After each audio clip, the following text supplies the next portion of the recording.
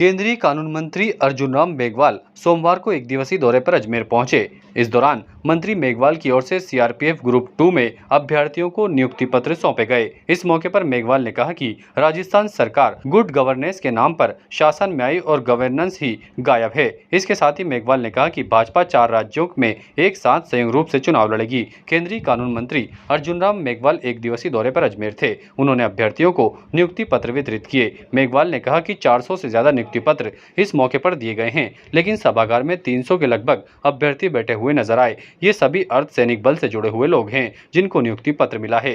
ये सभी sub inspector, head constable और सीआरपीएफ के अन्य विभागों से जुड़े हुए हैं। उन्होंने कहा कि प्रधानमंत्री नरेंद्र मोदी की ओर से ये कार्यक्रम पारदर्शी बनाने के लिए शुरू किया गया है। 400 से ज्यादा नियुक्ति पत्र आज यहाँ दिए गए, लेकिन जो सभागार में करीब 302 लोग बैठे थे और सभी ये अर्धसैनिक बलों से जुड़े हुए लोग हैं जिनको नियुक्ति पत्र मिला है। Sub inspector, head constable, CRPF के भी थे, एसएसबी के थे, आईटीबीपी के थे। ये इस तरह के अर्धसैनिक बलों से, सुरक्षा बलों से जुड़े हुए ये कार्मिक थे जिनको आज नियुक्ति पत्र मिला।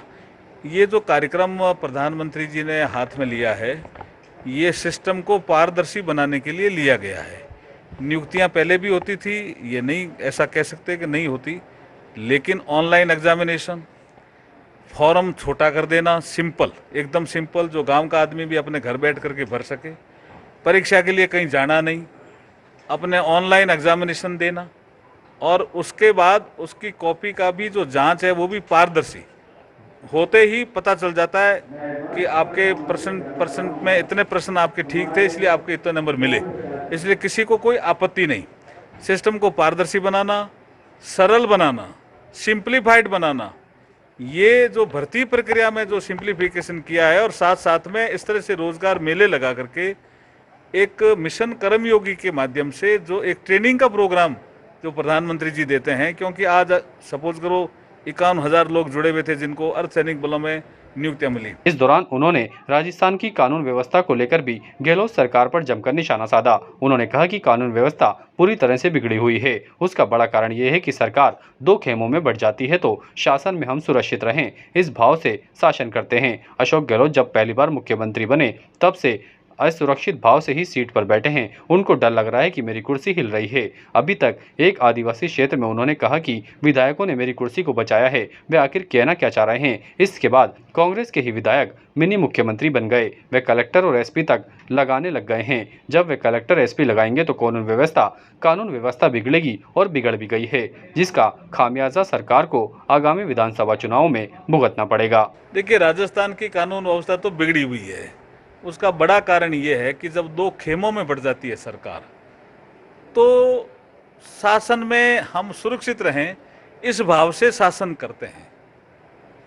तो अशोक गहलोत साहब जिस दिन बने थे ना, पहले दिन से ही असुरक्षित भाव से कुर्सी पर बैठे हैं। उनको डर लग रहा है कि मेरी कुर्सी हिल रही है, अभी भी लग रहा है। अभी एक आदिवासी क्षेत्र में कहीं गए तो एक ओपनली कह दिया कि विधायकों ने मेरी कुर्सी को बचाया। क्या कहना चाह रहे हो आप? उसके बाद विधायक जो कांग्रेस के हैं, विशेष करके वो विधायक मिनी मुख्यमंत्री बन गए, वो कलेक्टर और एसपी लगाने लग गए। जब वो कलेक्टर और एसपी लगाने लग गए तो कानून व्यवस्था बिगड़नी थी, और जो बिगड़ गई, मैं यही तो कह रहा हूं, गुड गवर्नेंस के नाम पे शासन में आई कांग्रेस की सरकार, गवर्नेंस गायब है, डेवलपमेंट गायब हो गया और खाली कुर्सी कैसे बची रहे इस दिशा में ही काम हो रहा है। 31 की बैठक में तो आपको पता चल रहा है ना कि इन्होंने कह दिया, अशोक गहलोत जी ने भी, कि राहुल गांधी जी को नेता बनाओ। छत्तीसगढ़ के सीएम ने भी कह दिया राहुल गांधी जी को नेता बनाओ। नीतीश कुमार कह रहे हैं कि नेता तो मेरे को बनना है। इधर ममता जी कह रही है, भाई ये पहले ही हमने कह दिया था कि राहुल गांधी का नेतृत्व हमें मंजूर नहीं होगा। तो 31 की बैठक का एजेंडा तो पहले ही सामने आ गया ना। ऐसा है कि हमारे देश काल परिस्थिति के अनुसार हम चुनाव लड़ते आए हैं। हमारी पार्टी पुरानी पार्टी है, मजबूत पार्टी है, संगठन आधारित पार्टी है। हमारी पार्टी ने तय किया, मोटा मोटा तय किया है कि हम मिलकर के चुनाव लड़ेंगे। उसमें उनको क्या आपत्ति है जी? RS hospital, the name of trust, doctor Jayprakash Kewalani के सानिध्य में सुपर स्पेशलिटी चिकित्सा सुविधाएं, ऑर्थोपेडिक सर्जरी, न्यूरो एवं spine, urology, general surgery, asthma, दमा, श्वास, टीबी, नाक कान गला और साथ ही मुख्यमंत्री स्वास्थ्य बीमा योजना के अंतर्गत निःशुल्क इलाज हेतु अनुबंधित हॉस्पिटल, 24 घंटे आपातकालीन सेवाएं, digital X-ray, pathology lab, pharmacy, RS hospital, Pragati Nagar, Kotra, Baba Ramdev मंदिर के पास, अजमेर। ताज़ा खबरों के लिए देखते रहें सरेराह न्यूज। अपना फ़ोन उठाएं और सब्सक्राइब करना ना भूलें।